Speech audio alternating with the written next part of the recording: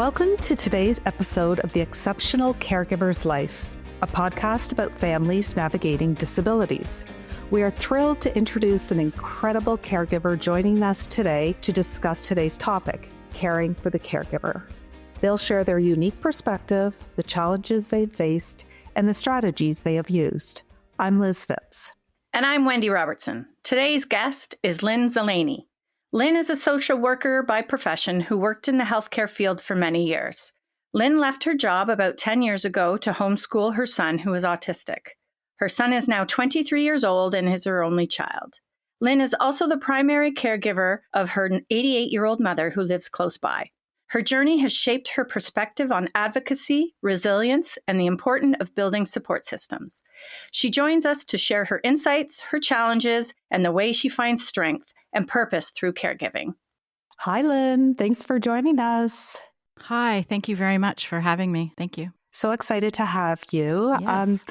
Let's talk about how you have built and utilized a good support system. Yeah, this is, I think, a really important subject, in terms of having a support system. And we call it a support circle in our house. We've kind of formulated a group of people, from neighbors to family members to friends, and we meet about 4 times a year, and we encourage our son to lead these. We help him, but we also encourage him to lead these groups, and we talk about what he's been doing. They ask him questions. He can show them the work that he's been doing or anything like that. So it's for him primarily, because my husband and I, as we know, won't be around forever.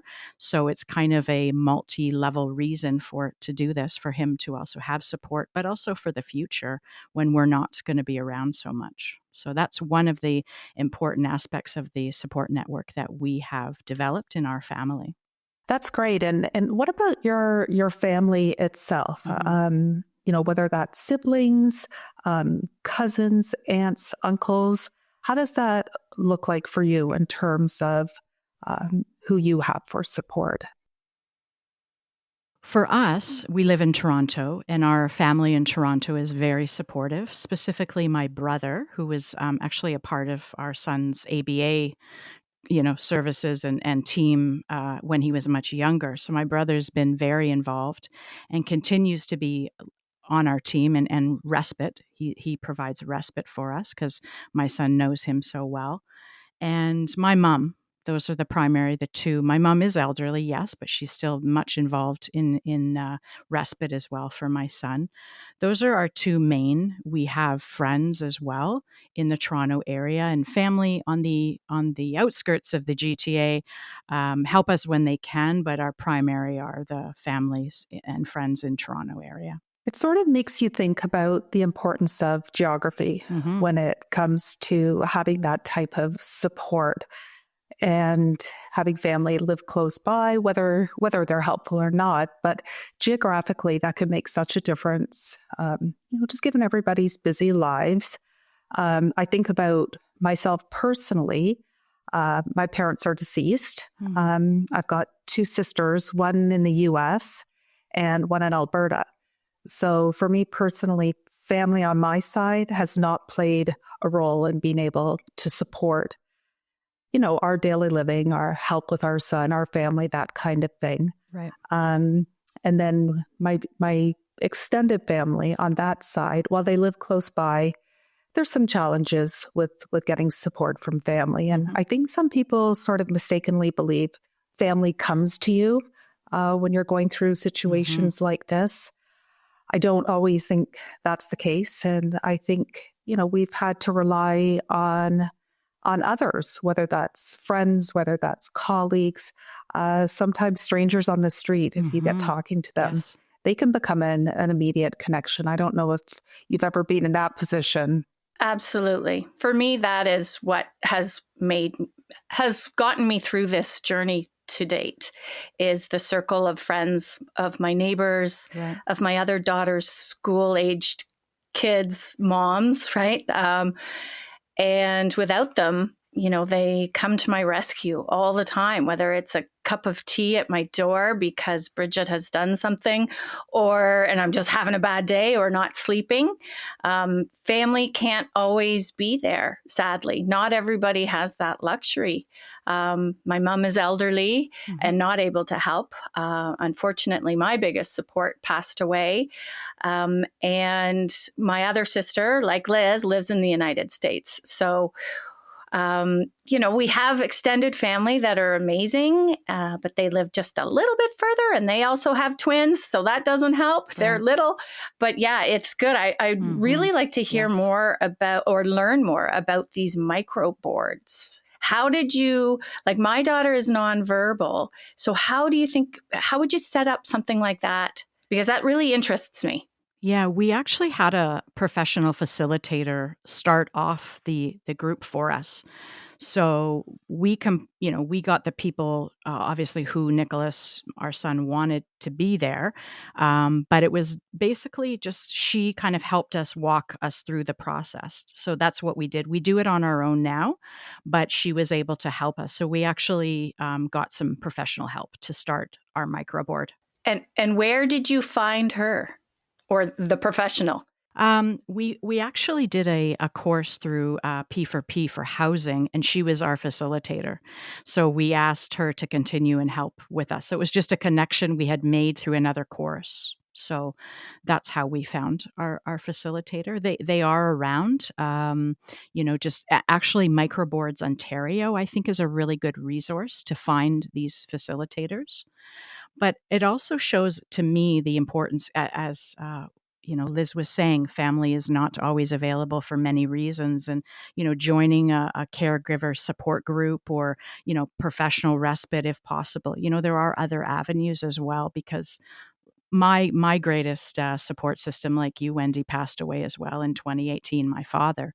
And he was unbelievable support. So I had to search other avenues. So I can relate to that as well. I think that's actually an important point, and that being always searching for others, because as you both mentioned, you had very significant people in your lives that passed away. And it doesn't always have to be that circumstance. It could also be, that great friend you relied on moved. The neighbor that was a support to you bought a new house in another province, another state, another country, right? I think one thing that I feel pretty strongly about is always expect the unexpected. Things will be going smoothly, and you think you've found your right people, your right resources, the right camps, the right programs, the right school. And I think when you have children with exceptionalities, that can be disrupted at any point for a variety of reasons. So I think it's always important that outreach of finding others, whatever that looks like to you, is important. This is an important one. One point too, I just want to mention, I think our kids themselves are the best resource. It's like following my son on who he, kind of resonates with. Maybe not someone I would think, but kind of watching out for that throughout the daily activities. Some neighbors he has connected with, maybe I wouldn't have thought he would, and he did, and we've asked them to join the microboard. So no, it's a very valid point. Like I said, my daughter is nonverbal, right, but she loves who she loves. Correct. And it can just be somebody you wouldn't expect. She all of a sudden sits on their lap and you're like, where did that come from? Right. So yeah, she loves her cousins and her uncle and aunt, but sometimes she'll randomly decide that, hey, I really like this friend of yours that comes over. Right. So I thank you for that insight, because as my daughter's getting older, I need to start thinking about an extended circle to take care of her. Right. Or look out for her. Anyways, it's not their responsibility to take care of her, right, but it would be nice to know that people are looking out for her. Absolutely. I had to make the difficult decision a few years ago, or our family had to make the difficult decision a few years ago to transition our son into an assisted living home. Nothing about that was easy, but it was the right decision for us and for him, primarily him, to have the right support, the right resources, the right care. And by care, I mean 2-to-1 support. So I think that shows how extensive his needs are. I consider myself lucky in some ways. I didn't initially, but he now has care for the rest of his life. And it was kind of funny on Halloween. He's 20. His name is Jack. I took him out because he still gets a lot of joy in these types of activities. He also has an intellectual disability. But I used Halloween as an opportunity. He lives in Brantford, which is about an hour outside of Toronto, to go up and down the streets with him, say trick or treat, but also to spread a little bit of awareness and let neighbors know that at the end of the street, there's this home and there's 3 adults with autism who live in it. Keep your eye out if you see one of them running down the street, to knock on the door, potentially call 911. But I found that a really useful little advocacy piece, to let the neighbors know that this is what the house is about. So if you see some interesting things going on, you're aware. And the response I was met with, like, literally brought tears to my eyes, because you had people say, of course, we'll come by. Well, if we see a door open, we'll stop and knock to make sure that nobody has escaped. We'll always, we'll make a point of saying hi when these young men walk by, and, greeting them kindly and not looking at them twice or 3 times because of what they're wearing or how they're moving, their gait, that type of thing. So that's been a really nice piece of community, and just being able to, sort of spread that awareness about my son, where he lives, and make those connections for, additional people that can keep their eye out. And it's a great way to build his network, really what we're talking about, exactly what you're doing there. So it's terrific. It's also great. I know my daughter, they're twins. So her peers are obviously the same age as Bridget. And it's so amazing to watch them with Bridget now, 12 years later, 13, no, oh my goodness, more than that. And they don't bat an eye. They don't say, oh, they just smile and laugh with her. She makes a lot of noises. She runs a lot and is she's very loud. And so other kids will kind of look at her and kind of be like, what's going on here? And these kids that have grown up with her just keep walking and just like, hey, Bridget, there's Bridget. Look, there's Bridget.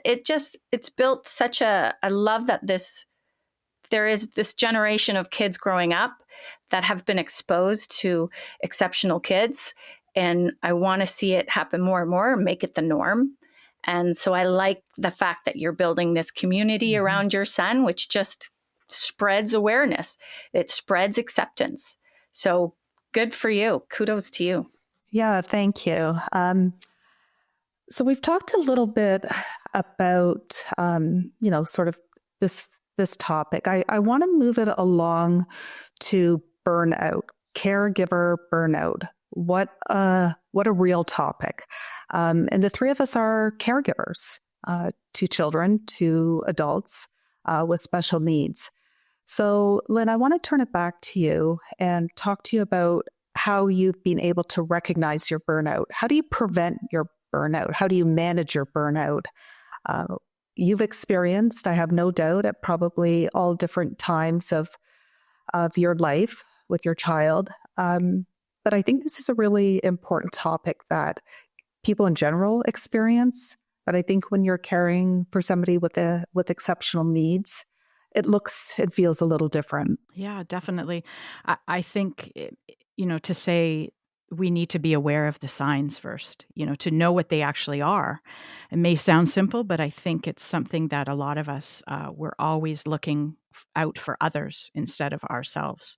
So even understanding it on physical, emotional behavior, that kind of thing, physically, for me, it was fatigue, digestive issues, immunity issues. I was always sick. and also emotionally, small things triggered me that was not in the norm, that made me kind of irritated or angry, and sadness or frustration. There was also a sense of like detachment that I had in terms of feeling emotionally distance from, say, people that I loved in my life, and a loss of satisfaction or joy. And a big one for me, the biggest, was self-isolation. I completely isolated myself. I generally am like kind of someone, just a homebody who likes to be at home, but I have to realize that I have, my son needs interaction as well. So that's like a healthy thing. So for me, it was actually understanding and recognizing what they were first. And so that really helped me understand. It's interesting you bring up self-isolation. I feel like in my situation, it was completely different. I just needed to surround myself with people, activities, and anything that didn't remind me of what was going on in my home life. And what was going on in my home life was pretty traumatic. Before Jack moved into his home, he was displaying self-injurious behaviors, biting his hand, banging his head, flopping to the floor. He was aggressing towards myself, my husband, younger daughter, in very significant ways. Property damage, holes in the wall, destroying whatever he could get his hands on, elopement, running into the neighborhood, running into stores, running into people's houses. So I found that the best way for me to cope was to have this great, life outside of home. I'm still a caregiver, but I think I presented myself very different than what was going on in my home, almost like a split personality. And what was interesting was when I told people about my son and my family, and it was a select few in the early days, they were always so shocked. And the responses I got back were, well, you just don't seem like that kind of person. Like, you go out, you have fun, you work out, you go for drinks. And I don't know if that was a masking of what was really going on. It helped me, I think, just to sort of say to myself, I am a normal person. I might have this, but I also have this other life where I'm going to be as typical as possible. My husband and I, when we got the diagnosis, we looked at each other. Well, I probably looked at him and said, autism is not going to define us. We're going to deal with it, but it's not what our family is about.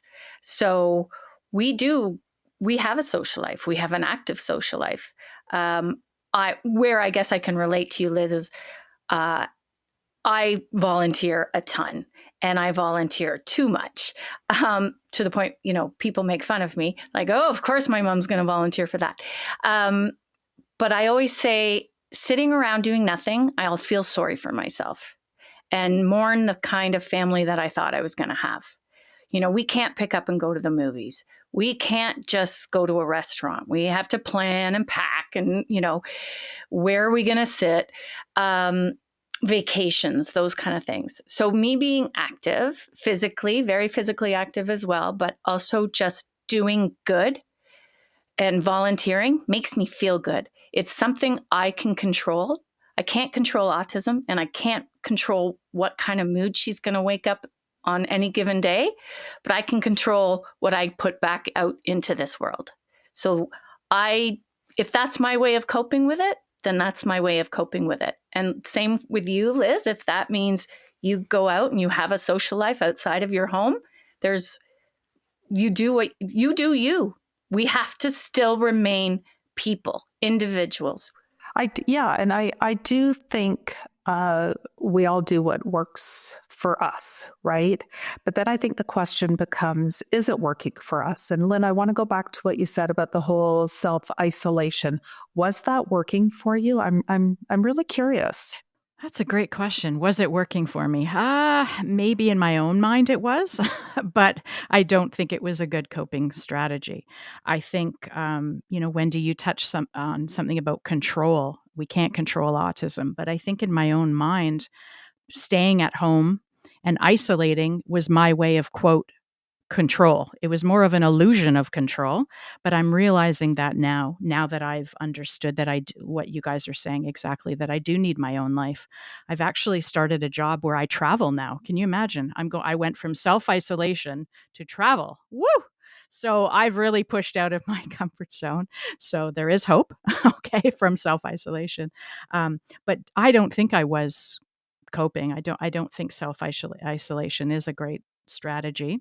Did other people think you were coping? Did you ever have friends or family say to you, Lynn, you don't seem good. We don't see enough of you. What is going on? No, I never heard that. I really put on a face, everything's fine. Great. Yeah.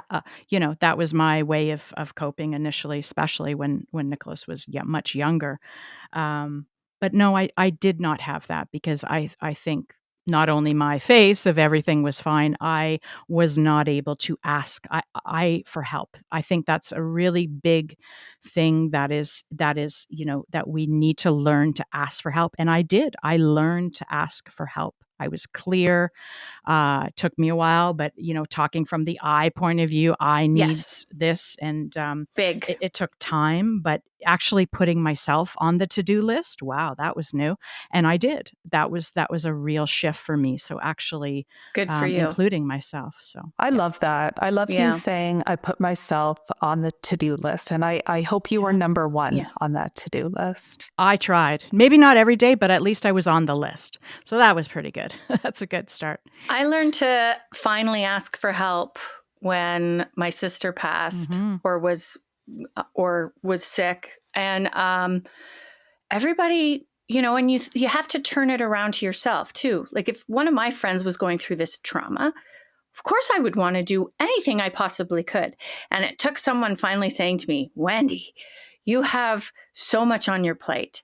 Let us help you. We can't help with Bridget or my sister, like physically, for example, but let me do your shopping. Let us bring you some meals. And you know what? Since then, asking for help, really, I do it now. Wonderful. And it's such a relief, isn't it? Totally. It is such a relief to just go, hey, and if they can't do it, they can't do it. But guess what? They always do it. Someone always comes to my aid. I think women in general, doesn't matter if you have an exceptional child, women in general need to say, hey, I need help. So, what's so funny about that? You're really making me think, and I'm still struggling with this. And my son is 20 now with a diagnosis at 3, and 17 years later, I still struggle. I still have the expectation that certain people, whether that's family or friends, will rise to the occasion at some point. And most of the time I've been disappointed with that. But you're turning that around and saying, well, don't be. You're the one. You can't read other people's minds. They don't know how to help necessarily.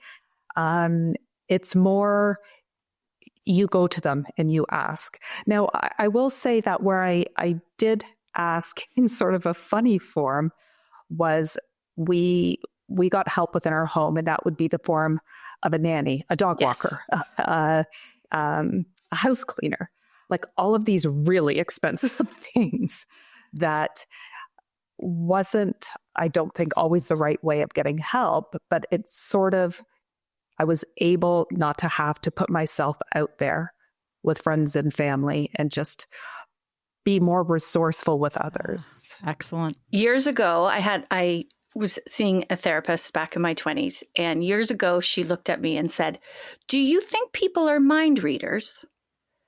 Ask them what you need. They are not in your head. And I thought that was really good advice for my 20-something-year-old self, which then you get your diagnosis, right? And then you kind of isolate and are like going, what do we do? And you're going through that, I call it the grief stage of losing what you think your family life's going to be.